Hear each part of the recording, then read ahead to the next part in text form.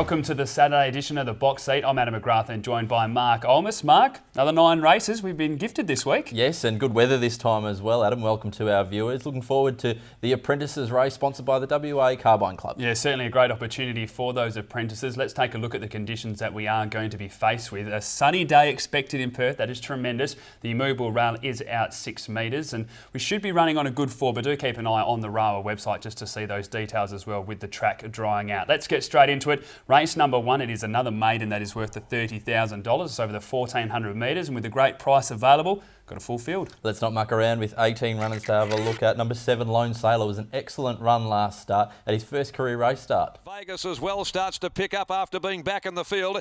Argyle Express though raced away from them and down by the 250 shot 3 in front from Boom Boom Bang Magic. Las Vegas the favourites, a shot duck, 150 left to go. Argyle Express the leader. Boom Boom Bang keeps coming. Argyle Express off its feet. Boom Boom Bang Magic. Las Vegas Lone Sailor. Argyle Express clinging on. Boom Boom Bang diving and nailed it. Boom Boom Bang in the really nice run there by the 5-year-old on debut. Of course, is the half to Index Eagle, which has won $341,000. Doesn't get an ideal run here from barrier 15, but we know that the distance is going to be no issue at all. Love the turn of foot that we saw in the trial and on debut. They would have been very disappointed for last week with the weather calling the races off. Drawn very nicely last week. Got 15 here, which isn't ideal.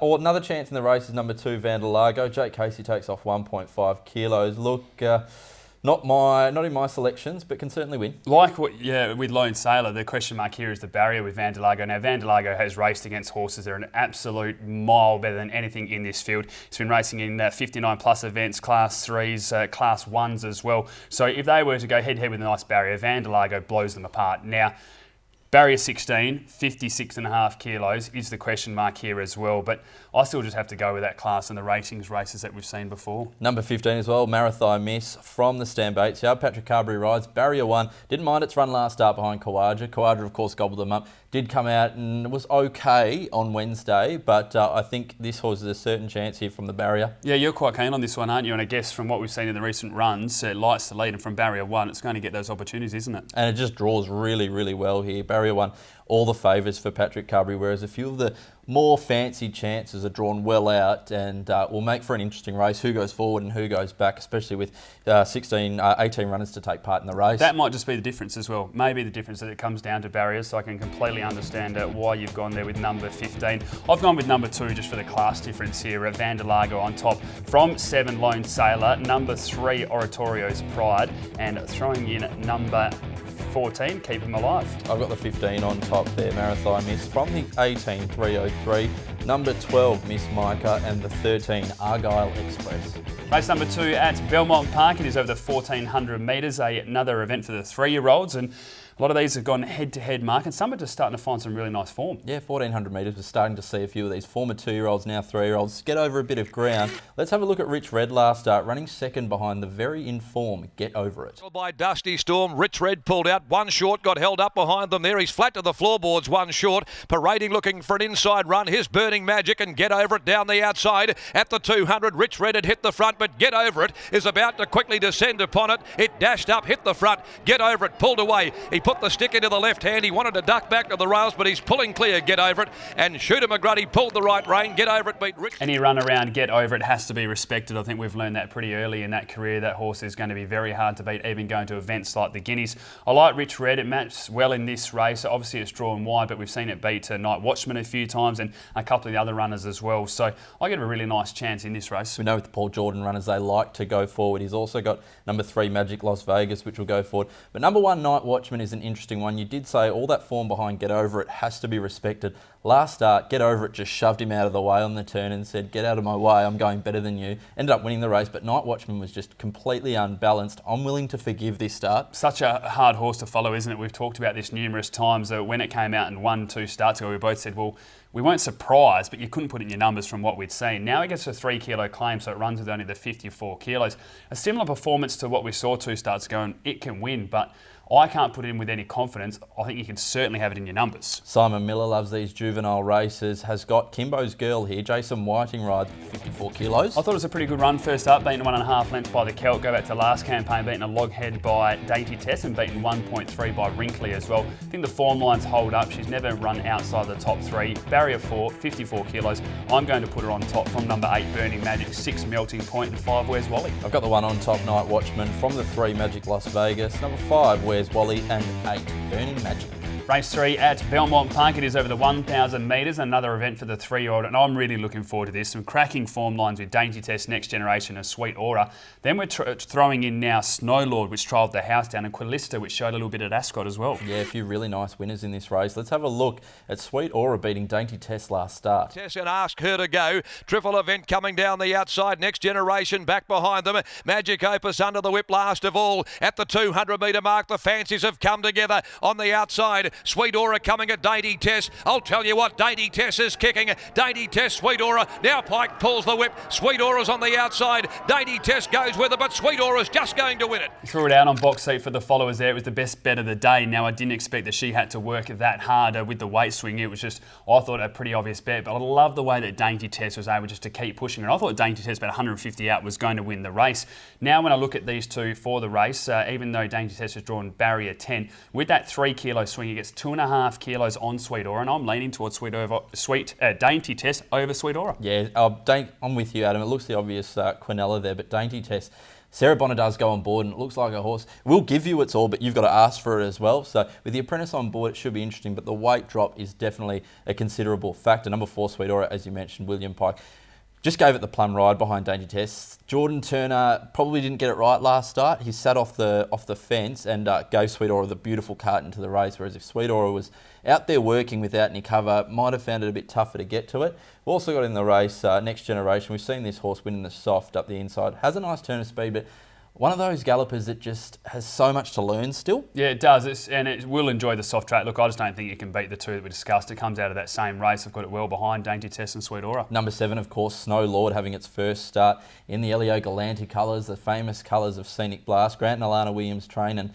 Glenn Smith rides. Go and have a look at the trial if you missed it. There was 2 cracking trials in recent times, and they're both in this race, number 7 and number 8. Snow Lord, Glenn Smith was trying that hard just to keep this horse hidden. He tried to tuck it behind, he couldn't, he went out, and then when he just let go a little bit, the horse sprinted away and won by 2.3 lengths. It won the trial before that by 5 lengths as well. It's drawn perfectly in barrier 5. It's a universal ruler. We've seen that they're able to run at a young age as well. Barrier 5, 55 kilos. It should get the absolute gun run. And the other trial that I was really impressed with was number 8, Quillista. Now, Lucy Warwick can't ride this because she can't reach 54 kilos at the moment, but she sat there so quietly on this galloper. And go back to the runs at Ascot, I was really impressed with the way this horse attacked the line. I think you have to have it in numbers, but Snow Lord for me is the one to beat. Number 7 from 1, Dainty Test, 4, Sweet Aura, and 8, Quillista. Of those trials, it's very hard to hide them up the straight, isn't it? I've got the 7 on top as well, Adam. Snow Lord from the 4, Sweet Aura, 1, Dainty Test, and 8, Quillista. Race number 4 at Belmont Park. It's a 1,000 metre event. It could be a listed event with the horses that we do have in this field, and the one thing we know, there's going to be plenty of speed. Yeah, very good 78 plus affair here. Let's have a look at the replay of Cool Passion, whose last start was back on the 25th of June, beating King River. King River's now going to come through, and the set of Disciple dropped off. Cool Passion just in front of Juton. Malibu Style is down the outside. Silver Spec the inside. King River is back nearer the inside. Still Cool Passion in front with about 150 to go from Juton. King River's coming hard the inside. Malibu Style the outside. Still Cool Passion in front from King River. Malibu Style coming late, but Cool Passion.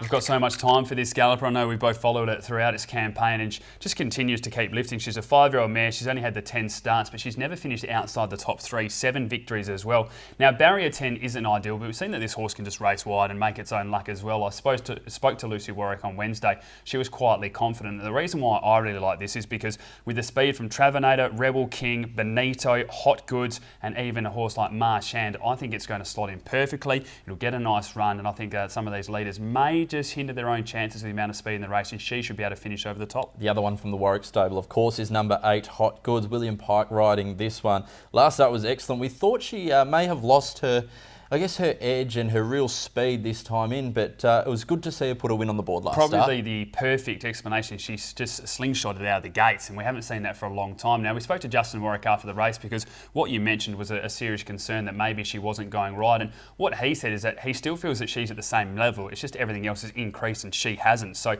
she doesn't get those easy breaks out of the gate anymore. She doesn't get the relaxing runs and then be able to kick away. She's under pressure a lot earlier in the race, and the others have just caught up to her. I think again though, she can be winning chance, but she certainly does have to overcome some of these other horses. She's been beaten by Black Dynamite the recent times that they've met. There is speed in the race, as you mentioned, Adam. Hopefully William Pike can just rate her nicely out in front. Volkov, of course, returns here since the 19th of March at Ascot. This mare by Time Thief, interesting to see how she goes, but we know Belmont isn't her preferred track. We spoke about this last time before we got washed out last Saturday. This is a horse that you want to wait for Ascot for. It's had 5 attempts at Belmont Park, only 1 second. The recent trial at Belmont was disappointing as well. She's a class galloper. I think she's probably better than all of these in the field as well, but I'll be waiting for her in the carnival at Ascot. I'm going to tip number 6, Cool Passion, from number 3, King of the Palace, 7, Black Dynamite, and 8, Hot Goods. I'm going number 8 on top. I just think William Pike can control the race from barrier 3 on Hot Goods. From the 6, Cool Passion, 2, Rebel King, and 1, Travanator. Race number 5 at Belmont Park. It is a 1600 metre event, a 62 plus. There's some really good form lines in this race as well. I guess we're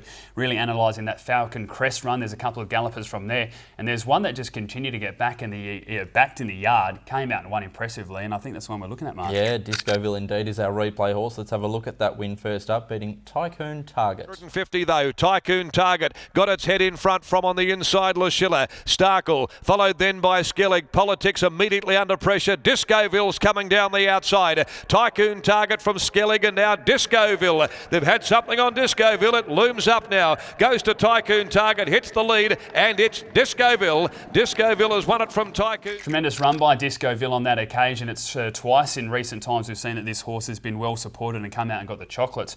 Loves this distance at Belmont Park as well. 5 attempts for 2 victories. My big question mark here is that the Tycoon Target form lines and those midweek form lines I don't think are anywhere near the standard of a Barracky Beats, a Falcon Crest, forgotten one and that as well. But good form is winning form, and it also had a couple of months off before putting that performance first up, so it's only going to have improvement. And barrier 13 should get a soft enough run if it goes back, and they could go quite quick. Another one who will enjoy that sort of speed is number 9, Proxy. We saw it bursting, it's first up here, pardon me, and first up record doesn't read great, but like we saw with Punamu, one of the stable mates, can definitely show something first up here over the mile. I was quite keen on this horse last week. Well, I didn't have it in my numbers, but we discussed it and it had a few positives, and that was a soft track. I can't have it at all just for this race because, as you mentioned, 4 attempts first up, has never placed. There's a horse that wants 2,000 metres plus, and now the advantage that it did have last Saturday, which was a soft track, I don't think it's going to get as well. So, look, I don't know if it's going to put in a performance. It's hard to expect one when it has never placed at the distance as well, but Alan Matthews has a way with his gallopers as well. Of the other chances, we've got Barracky Beats, Falcon Crest, All Too Much, who's flying, and Bergia. Falcon Crest, Grant and Alana Williams, I think they've got this horse going really, really well. Well, there's 3 I think you can analyse from that same race. Barracky Beats, as you mentioned, Falcon Crest and the Forgotten One. Now, Barracky Beats meets Falcon Crest 4 kilos better for a 1-length defeat, and the Forgotten One meets Falcon Crest 2 kilos better for a 2-length defeat and never saw daylight as well. For Forgotten One last week I was so keen on and had barrier 3. It goes to barrier 12 here, but I still think it can turn the tables, and I can't ignore a 4 kilo swing for 1 length for Barracky Beats. So although Falcon Crest is flying, I'm leaning towards those 2, and All Too Much, as you mentioned, deserves something, but again, another soft tracker. Bergio, this is a big step for it as well, racing over the 1600 metres, but we just talked about half the field, left horses out like Cool Image as well. That's how close this race is. So I'm going to go with number 6, the Forgotten One, hoping for some each way odds. From number 2, Barracky Beats, 3, Falcon Crest, and 7, All Too Much. I'm going with Barracky Beats on top. From the 7, All Too Much, number 9, Proxy, and 8, Bergio. Quick, it's on,